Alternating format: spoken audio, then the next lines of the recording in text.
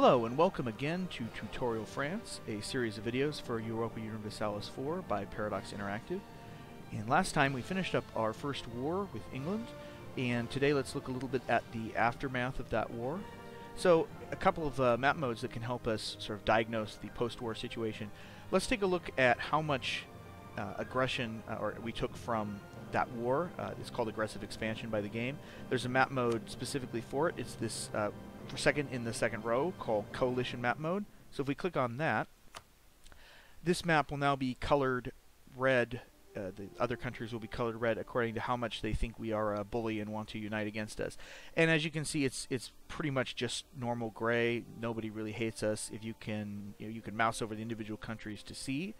So England, the one that was the target of our aggression, only thinks we are 9 points worth of aggressive expansion, and really it takes about 30 to 35 before people will start forming coalitions. So even the person we took all that terrain away from doesn't really think we're that bad. If you look at, say, Brittany, they're in the area. Aggressive expansion sort of drops off as you move away from the target of the war, especially into different culture groups and into different religions. So most of the Catholic world is going to have some opinion of us. You can see that, it's kind of -3, -2 in the Holy Roman Empire area. Our allies will tend to be more forgiving, so you can take a look, and actually Austria has no bad opinion of us at all. Castile has a tiny bit, but not a whole lot.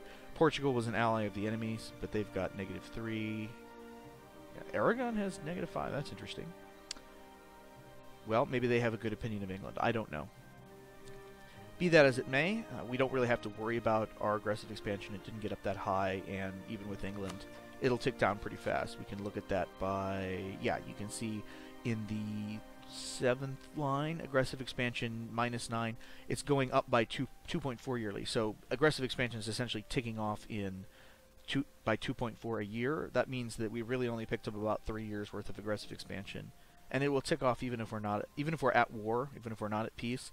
So by the time we go to attack England again, that'll all be gone. In fact, probably by the time we get into another war at all, most of the aggressive expansion will be gone.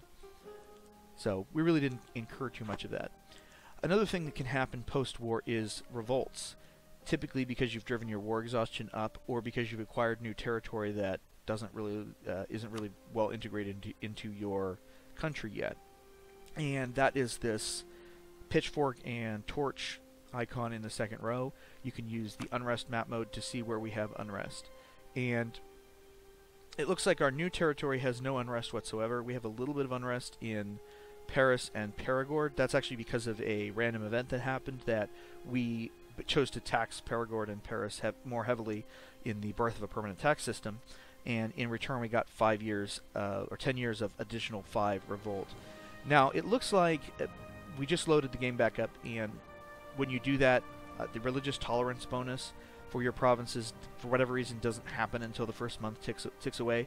So it looks like there is a positive revolt risk chance here. That's why it's this sort of yellowish green color. It's pretty low. It's only 3.2% chance, but there is a chance. When the month ticks over and we get the tolerance bonus for our religion, that should go away or even be even more minimal. You can see in the outliner that because we have a little bit of unrest, we have this thing telling us how the rebel factions are organizing. So these two provinces don't even have the same rebel faction. One of them is going to be French peasants. The other one's going to be Socinian heretics, I guess, however you pronounce that. So if the revolt risk die roll does succeed, it's at 3% or whatever, then 10% the rebel faction will become 10% more organized. And when they reach 100%, then they actually rise up with an army, and you have to defeat them. The army is usually quite big. It's usually like, I don't know, about the size of one of your stacks at least. So I'd expect 15 or 16 troop units to rise up in a rebellion. But we won't let it get that far. Like I said, I don't think this rebellion is going to exist at all anyway, because I think the tolerance bonus will wipe it out. But just in case, one of the things that you can do is take your troops and stick them in the province. So I'm going to send these guys up to Paris, and 20 troops will reduce the revolt risk by 5. So even if the tolerance bonus wasn't there, those troops will pacify that province. And you can see we have no revolt risk anywhere else. So on the good side, we picked up quite a bit of power projection. We saw that in the peace treaty, but we didn't have a chance to actually take a look at how we got it. So we have 10 just because we have longtime rivals. I think that 10 might be as high as it goes, or might go up to 15. We declared war on England. Declaring war on a rival gets you a bonus, and we conquered provinces from England. Those two things will tick down by one a year each. And it gives us a host of minor bonuses, mostly to morale, fort defense, a little bit to trade. The nice thing here is that because we're over 25, we get an additional military leader. So if we somehow still had our beloved siege leader that died in the last war, we would no longer be paying extra points for him. Alas, we don't have one. We could now hire a new one, but I'd like to save my military points for now because we're somewhat close to a military tech. Not that close, but we're getting in the range of me wanting military tech, and I will want to preserve all of my points for that purpose. You can see that if we can somehow get up to 50 power projection, we get an extra monarch point a month, which is really, really good. So we're going to try to do that really as soon as we can. So we have a truce with England for, I would guess, 12 years if I had to guess. You can look it up. Let's see. Actually, easiest way to look it up is in here. We have a truce with England until 1458. No, it's only 10 years. That's 10 years and a few months. Okay, well, anyway, we can't fight them unless they decide to jump in on the side of one of our enemies until April 1458. Really, the truce expires at the end of April, so the earliest we could attack is in May. In any case, we can't get any more rival points up them for a while. Although I guess we could embargo them with a free diplomat when I have a chance. Really, no reason not to do that. It's not going to result in much power projection, but you know, might as well do it. It's not hurting anything. So we're going to have to look at one of our other rivals to get us some more power projection. And the obvious one is Provence, partly because we're still waiting for Burgundy to weaken itself, and we may not even need to fight Burgundy to get some of its land. So we want to start looking at planning a war on Provence. And for that, we're going to need claims on Provence. We don't actually have any legitimate reason to go to war. If I switch to diplomatic map mode, we have no claims on any of the Provençal land. So when our diplomat gets back from, I think he was just vassalizing Navarre in the last episode, we will send him out to start fabricating a claim on Provence. Now, I think last time at the end I had mentioned that we had two options for dealing with Savoy. Savoy is an ally. I don't need the building menu. Savoy was an ally of Provence, and will probably aid them in a war if I attack Provence. So, and they're my ally, and I would lose them as my ally if that happened. Now, one way of dealing with it, as I mentioned, was to basically contrive circumstances so that we're on the same side in a war, and therefore they can't assist Provence. I'm probably not going to end up doing that, not because it's not clever and fun and a good idea, but because they're also because these guys are also allies, it's going to be relatively difficult to do. I would have to start an offensive war myself, very likely, because if Savoy gets attacked, then Savoy will call both Provence and I into the same war, and then I can't even attack Provence. Or if Savoy attacks somebody offensively, then the same problem occurs. They're probably likely to call Provence too. So, more than likely, unless I was willing to start a war with somebody else and have Savoy join, and I can't even do that for a bit, because Savoy just helped me in my last war, and allies will only join an offensive war about every 10 years. So, at this point, Savoy's not going to be able to be called into wars, and I'm not going to be willing to wait 10 years for Provence. The other reason I want to go after Provence early for power projection reasons is that they're only kind of barely my rival. They're only my rival probably because they rivaled me, and they're not really of sufficient size. If they get one or two provinces taken off of them, they will probably no longer be eligible to be my rival, and I'll get a small bonus for having eclipsed them. But I would rather have a larger bonus for declaring war and beating them up, and then eclipsing them when they inevitably are smaller when I take some of their land. So, I don't really want to wait around. If you look, this is actually, the diplomatic map mode's a little more interesting now. Brittany actually has claims on two of Provence's provinces, so Brittany might go to war with them soon. Although Brittany, I don't think, has very many interesting allies. Yeah, they just have the Pope as an ally, so they probably can't take Provence right now. Provence itself has claims on me, along with the core that they have on me, so they could be gearing up for war with me. They could be gearing up for war with the Pope. Who does the Pope have as allies? Just Brittany and Austria. Yeah, well, that's not going to happen. Okay. I mean, it would be just as insane for Provence to go to war with me as it would be to go to war against Austria. Although Austria has more troops. Austria is the Holy Roman Emperor at the moment, which means he's technically the head of this giant blob of this giant blob. Everything that is in dark green and red and orange. Orange is the electors, red is the emperor, or this burgundy color. These greens with the yellow crosshatch is territory that's supposed to belongs to the empire, but is actually owned by somebody that is not in the empire. So Burgundy owns this French province. It's technically part of the empire, but Burgundy is not part of the empire, so it's kind of nominal authority at that point. So Austria sort of gets some bonuses from every member state in the empire, but really can't order them to do what they want. Not at this stage. If you're the emperor, you can enact reforms that gradually unite the entire HRE, Holy Roman Empire.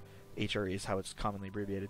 And you can end up with a giant block of stuff. I mean, you're going to sort of merging it all into one country if you're really willing to pursue that path. But because they're the emperor, they have a big bonus to their military. They have more military than they really should, given their economic base, because the empire provides them with that. So Provence is probably a little more scared of Austria. Austria has a lot of allies too.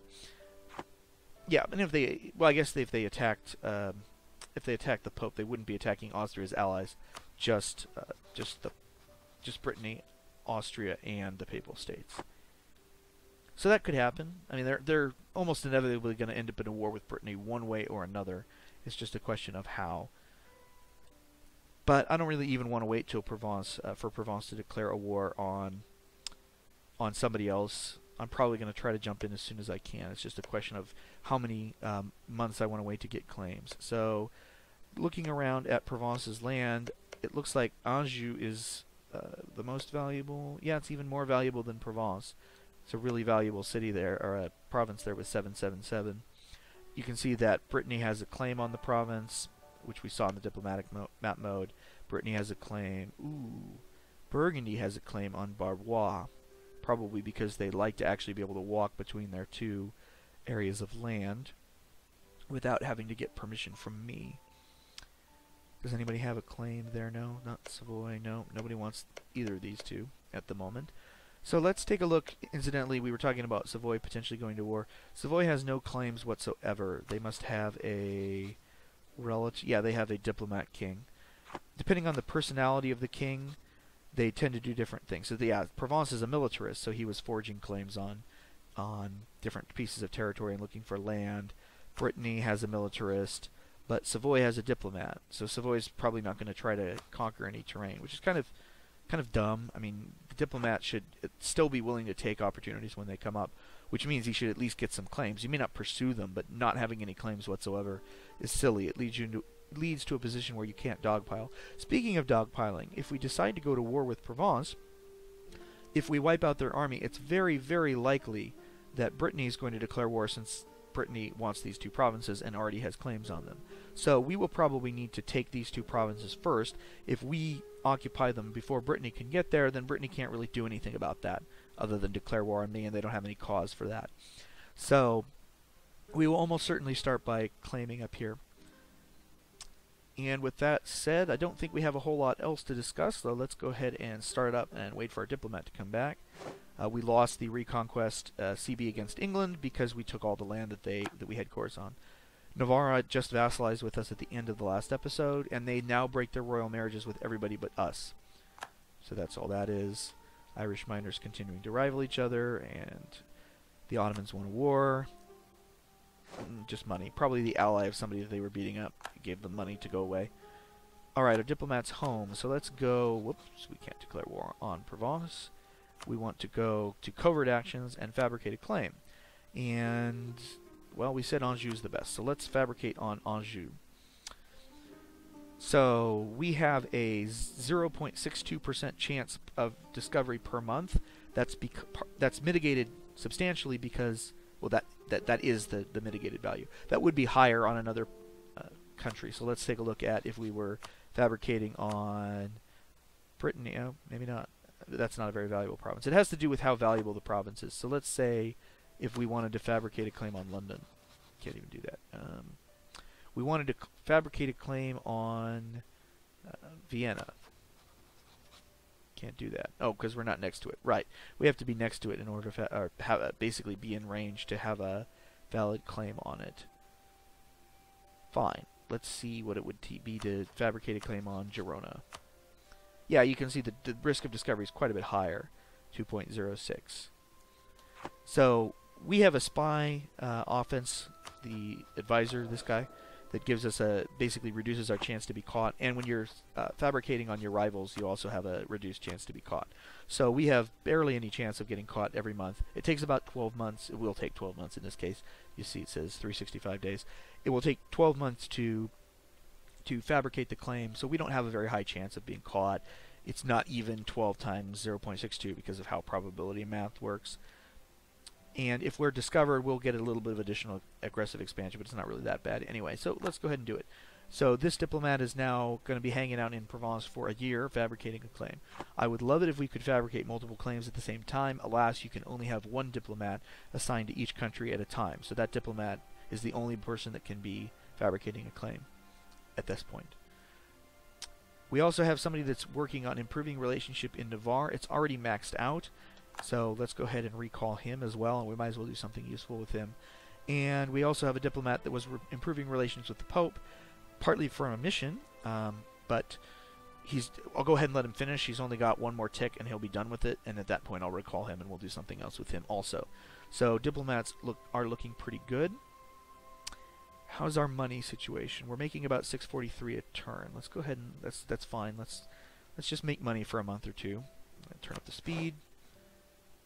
Our diplomat's back. We have a mission to improve relations with Brittany, so I'm going to do that next. Even though I think it was kind of a waste of a mission, because at some point I was thinking about potentially getting them as an ally to go to war with Brittany, but the timing's not going to work. Even if we lose our alliance with Savoy, we're stuck with a royal marriage with them for the foreseeable future, and that will consume a relationship slot. So our relationship slots are pretty much tied up in our vassal Navarra, which we can't get rid of for 10 years. Our alliance with Castile that we probably want to keep because we're going to want to fight England one more time at least, and then they'll help us with that war. And Austria, who we want for a considerable time. We'll eventually turn on Austria, but not for 100 years or more, so we don't want to lose that. So we have Austria-Castile that we want to keep for tactical reasons, Navarra that we want to keep because we're going to integrate them, and Savoy that we can't get rid of. So we don't really have room for Brittany to ally with them. But we'll go ahead and improve relationship with them to complete that mission. A diplomatic relationship point will never hurt. What's going on here? Why do we have attrition? I don't know, but whatever. Probably because our maintenance wasn't up, and it's still recovering. So let's go ahead and continue with that. We just ticked over, and the Papal States is done improving. Montferrat was sent a gift by Savoy. That means that they're very likely trying to integrate them. Integration requires that you be at 190 or higher, just like vassalization does. You saw we used a gift on Navarra to bump them up to the 190 range. It looks like Savoy is doing the same thing with Montferrat. You'll see that a fair amount. So let's keep going. I think when this diplomat gets back, I'm going to send him to Austria to improve relationships there to finish that out. We don't have a royal marriage with Castile. I'm not 100% sure I want one, but it wouldn't be the end of the world. I don't like this one at all.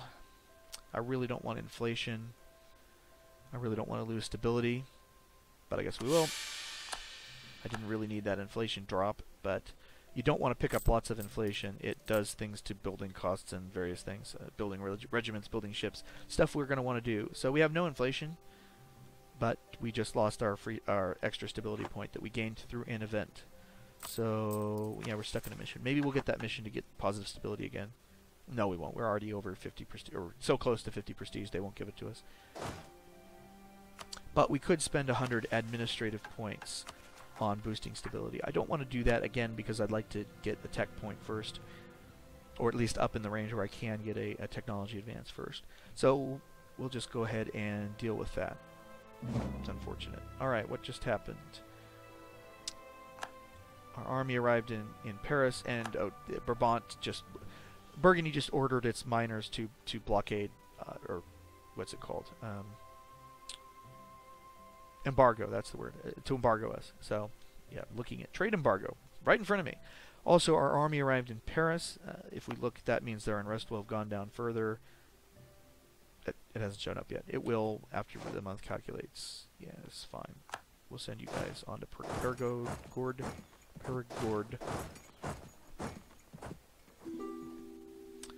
Alright, Castile wants a royal marriage. I'll look at that after the end of the month.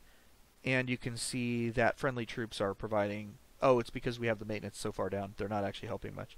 Anyway, it doesn't matter. You can see that tolerance is kicked in, and even without the friendly troops there, we would not actually have any unrest. The war exhaustion is starting to tick down as we get away from the war that we participated in.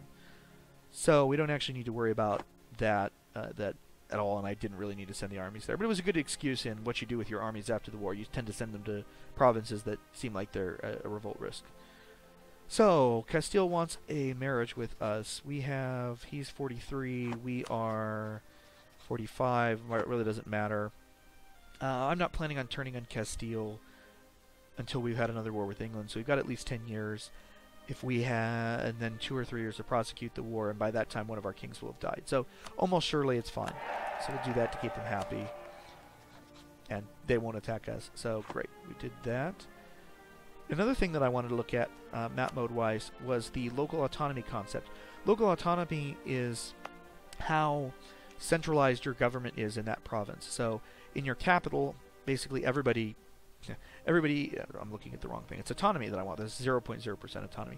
Everybody is basically integrated with your kingdom-wide or your nationwide economy. So you get basically everything that they have. If the local autonomy is higher, basically that means that that province has the right to make its own decisions and collect its own taxes, and they only send a portion of it to the nation. So there's a map mode that helps you look at how much autonomy you have. You want it to be as small as possible. So, and that's another thing that is often rather high in newly conquered territory. It turns out it isn't in this case. It was only 3.3, and that's because we had cores on it already. So generally when you conquer brand new land, it'll end up at 40 or 50. But in this case, because it was our land already and we were just taking it back, it came in at a relatively low local autonomy. We have some areas down here that actually have pretty high local autonomy. So we're only getting, say, 40.7% of Armagnac's stuff. You can see that in the taxes, that local autonomy reduces it by quite a bit. So that means that we're not going to build up economically up down here until the local autonomy fades away. It also means that we do want to spend time at peace, because local autonomy goes down by 0.1%. That's the wrong menu. Local autonomy goes down by 0.10% a month. So basically 1.2% a year. That's pretty slow, but it will happen eventually, and we'll have enough years of peace. So these will eventually get down to the point where they're valuable. Alright, let's keep going. I meant to issue some embargoes, but I've got my diplomats out on mission, so that's okay. It's not really that important. And our army arrived in Perigord. We can combine that army, which... oh, and I want to deassign the leader. There's always a risk that a leader that is leading an army will get killed at any time, even in the middle of peacetime. I guess they're doing live firing exercises or something, and the general wanders into the wrong spot. I don't know, but it's safer to unassign them when you're at peace. So we just did that. Savoy and Genoa are fighting over trade. Hey, maybe Savoy will go to war with Genoa over trade. Probably not. So I'm going to go ahead and turn that up to speed 4 because we don't have a whole lot going on. Trade embargoes, Holland again.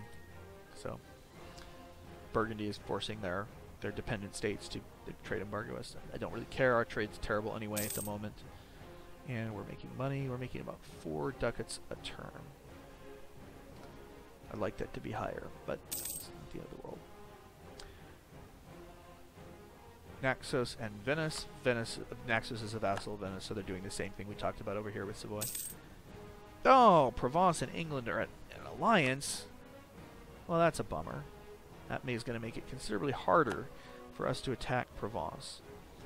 I mean, not harder. We just got finished beating up an English army, so there's that. But it does mean that Provence is going to be defended by England almost surely whenever we attack them. Has England even been at peace yet? No, they're still in this war with Morocco. How is that war going?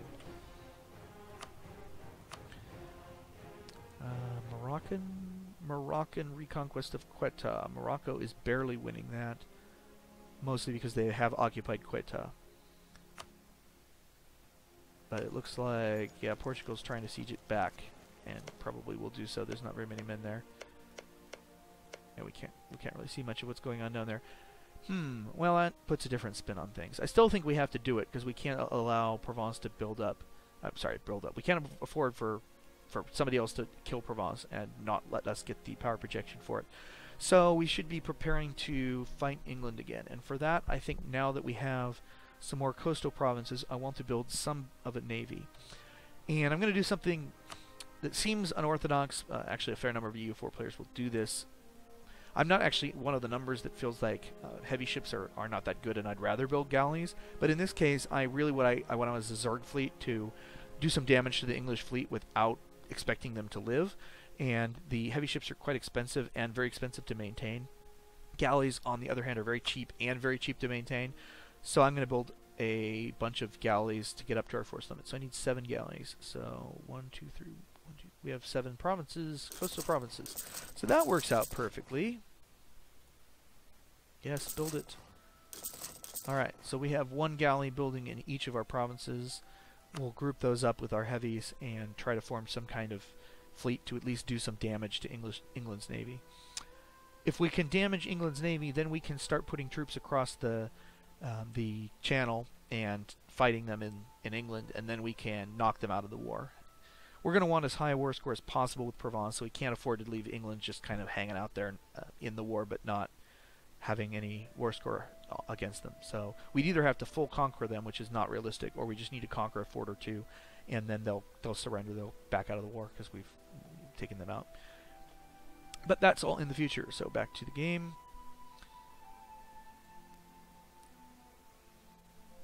Yep, we're still going up. We spent some money on those ships. Yeah, England and Savoy. Excuse me, England and Provence. If it was Savoy, I wouldn't care.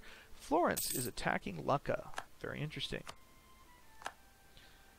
All right, who's involved in this war? Lucca is fighting just Florence.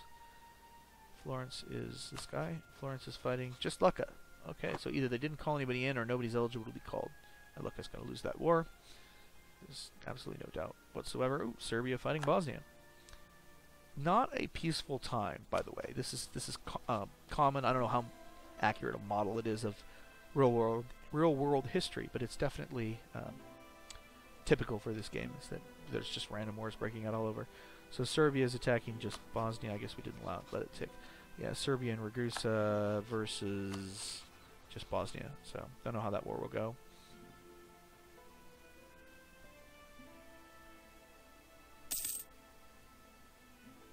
And you can see progress on our fabricate claim. We haven't been discovered yet. Burgundy's king came of age, so he can now declare war on us or whoever he wants to.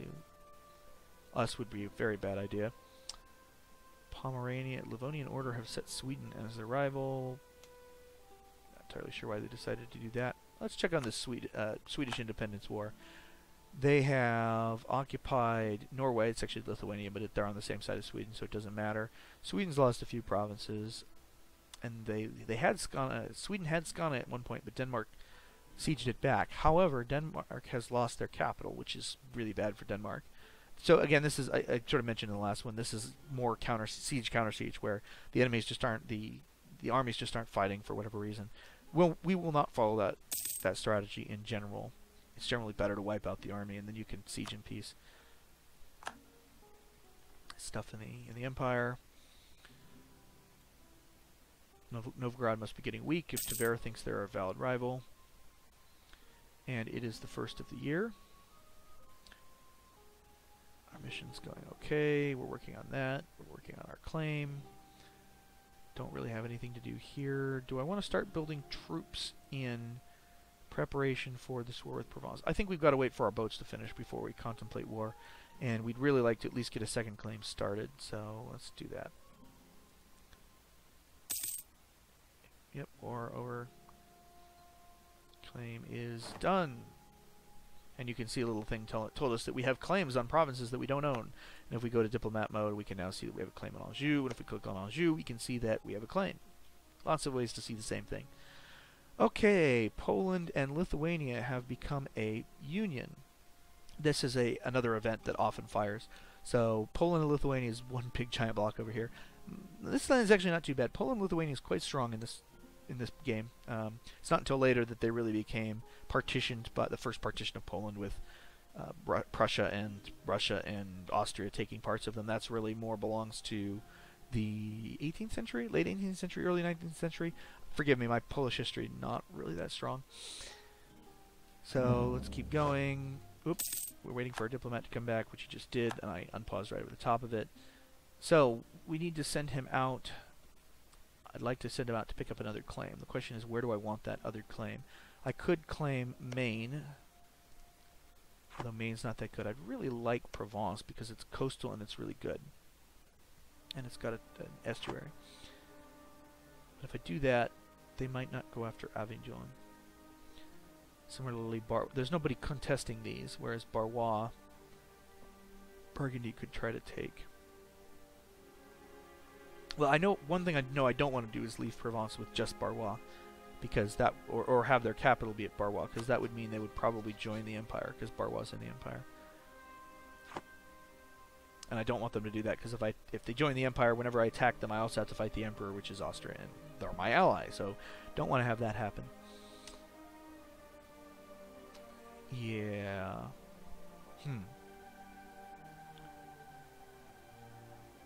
I think we really have enough ships right now. And I like having connected territory. So sure, Maine it is. Covert actions, fabricate claim on Maine. Go. And what? Does he have a higher? No. His chance of discovery is even lower. Yeah, Poland becomes an elected monarchy when they join with Lithuania. That always happens. Hungary and Bohemia don't like each other. Utrecht fighting Gelre. More wars breaking out. Who's involved in this one? These are Utrecht and Gelre are two little miners in the Dutch area. Gelre, Cologne. Well, let's use the diplomatic map mode for this. Gelre, Cologne, and Oldenburg, and they're fighting. Wow. Utrecht, Cleves, East Frisia, and Brunswick, and Anhalt. That's quite a coalition you've, not coalition literally, but that's quite a raft of allies you've got there, Utrecht. Alright, well, I was thinking Burgundy might be involved on one side or the other, and they're not, so I like to check on wars that are going on. And I think we'll just sit up here and watch the fireworks up in Sweden for a moment. No. Oh, what just happened? Wait, what?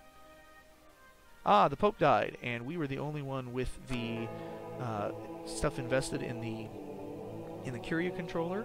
So we now are the Curia controller. We got that huge raft of benefits that I was talking about. So that gives us an extra diplomat. That's why I noticed that, and there was a sort of papal sounding chime in the background.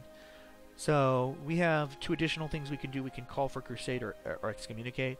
Calling for crusade is only useful if you're fighting non-Catholic or non-Christian nations, which is great if you're somebody like Spain or somebody attacking over here. You can call crusade on Morocco or on the Ottomans or something, but we're not in that position, so we don't really care that much. England picked up another cardinal. Boo! We will go ahead and spend 5 points to get invested back into it the next time. The Pope's never very young. Something to do with them actually wanting a Pope that is relatively venerable. Don't know why that would be. But, so we really only have, 6 or 7 years probably of it. But, it's still nice. And with our other diplomat, we can go ahead and issue some embargoes. I don't think I can embargo England because we have a truce with them. Yeah, I had to do that beforehand. So we'll go ahead and embargo Burgundy.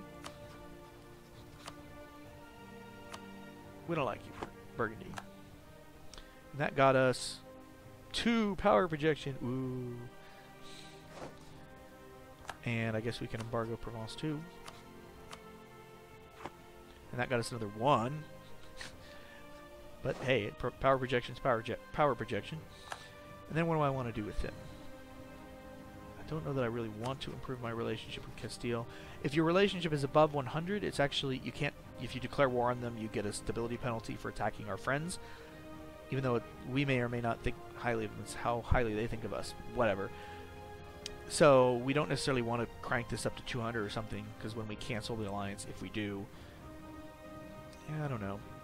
They do want our provinces, so I should probably improve this a little bit. I don't necessarily need to take it all the way up to 200, but I do want to improve it a little bit. And the diplomats, otherwise, kind of a waste. I guess I could have instead started fabricating a claim on Burgundy. I will need that at some point.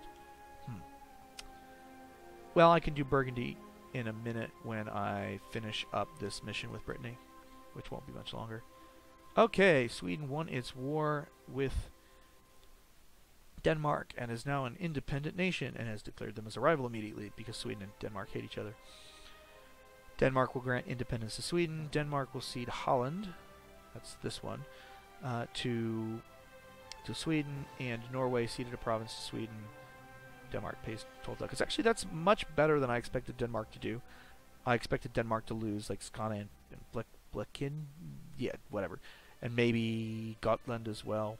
This is all land that Sweden wants and will try to get, but they didn't do so well in that war. Not quite sure why. The forces were all in Sweden's favor. I can tell that for sure.